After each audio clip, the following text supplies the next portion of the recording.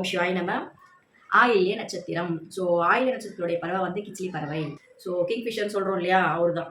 அதோட டிஃபால்ட்டான குணம் என்ன அப்படின்னா, பொறுமையாக வெயிட் பண்ணுங்க அந்த மீனை வந்து வேட்டையாடுறதுக்கு. ஸோ அந்த மீன் வந்து தண்ணி உள்ள எவ்வளோ ஆழத்தில் இருந்தாலும் அது கண் பார்வையில் பட்டுருச்சுன்னா, ஒன்ஸ் அவரை போய் கேட்ச் பண்ணிட்டாரு அப்படின்னா மீன் அதுக்கிட்ட இருந்து மிஸ் அவுட்டே ஆகாது, கரெக்டாக பிடிச்சி எடுத்துரும். அந்த அளவுக்கான அதனால தான் ஒரு பேர் கிங்ஃபிஷர். அதோட அந்த குரல் ரொம்ப சூப்பராக இருக்கும் கேட்கறதுக்கு. அதாவது எப்படின்னா, அது தனி டிஃப்ரெண்ட்டாக இருக்குங்க. அது எழுப்புற அந்த குரல் சவுண்டு ரொம்ப லவுடாக கேட்கும். இந்த 2 குணங்கள் ஆயில் கிட்ட இருக்கும். சொல்லணும்னா, ஒரு ஆயில்யம் கிட்ட ஒருத்தவங்க மாட்டிக்கிட்டாங்க அப்படின்னா, அவ்வளோ சீக்கிரம் தப்பிச்சு போகவே முடியாது.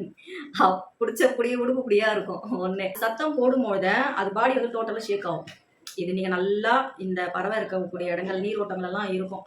நல்லா அப்சர்வ் பண்ணி பார்த்தீங்கன்னா உங்களுக்கு புரியும். அதே மாதிரி தான் ஆயில் பேசும்பொழுது இந்த ஆக்ஷன் மூவ்மெண்ட் எல்லாம் இருக்கும். ஸோ ரொம்ப லவுடாக இருக்கும். நல்லா வந்து ஹை பிக்கில் பேசக்கூடிய வாய்ஸாக இருக்கும். ஒரு ஈவினிங் டைமில் பொழுது போகிற டைமில் இயர்லி மார்னிங் சூரிய உதயமாகிற அந்த டைம்லலாம் பார்த்தீங்கன்னா அதோட வாய்ஸ் வந்து ரொம்ப அழகாக தனியாக கேட்கும். ஸோ இதெல்லாம் அந்த மீனை பிடிச்சிருச்சுன்னா மிஸ் அவுட்டே ஆகாது. அதே தான் ஆயிலும் ஒரு விஷயத்தை ஃபிக்ஸ் பண்ணிடுச்சுன்னா சேஞ்ச் அப்பே ஆகாது.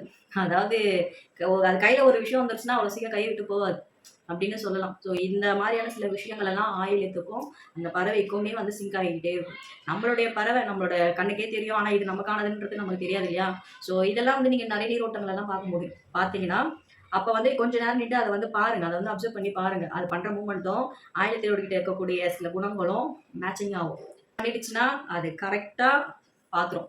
ஸோ ஆயில்யமும் அப்படின்னா எந்த அளவுல ஒரு டீப்ல ஒரு சில விஷயங்கள் உள்ளுக்குள்ள புதைஞ்சிருந்தாலும் அதை அப்படியே வெளியே கொண்டு வந்துடும். ஸோ டிடெக்டிவ் அப்படின்னு சொல்லலாம். அந்த அளவுக்கு மறைஞ்சிருக்கிற விஷயங்கள் எல்லாம் வெளியே கொண்டு வரதுக்கு அந்த இடத்துல ஆயிலும் கண்டிப்பாக வந்து ஹெல்ப் பண்ணும். ஆயிலத்துக்கு புத்தி அந்த அளவுக்கு வேலை செய்யும். ஸோ இதெல்லாம் வந்து அந்த அந்த கிச்சிலிக்கும் ஆயிலத்துக்கும் இருக்கக்கூடிய ஒரு பந்தம் அப்படின்னு சொல்லலாம். ஸோ நிறைய இருக்குது இது போல். நீங்களும் கொஞ்சம் திங்க் பண்ணி பாருங்கள். நிறைய விஷயங்கள் எல்லாம் சிங்க் ஆகிட்டே இருக்கும்.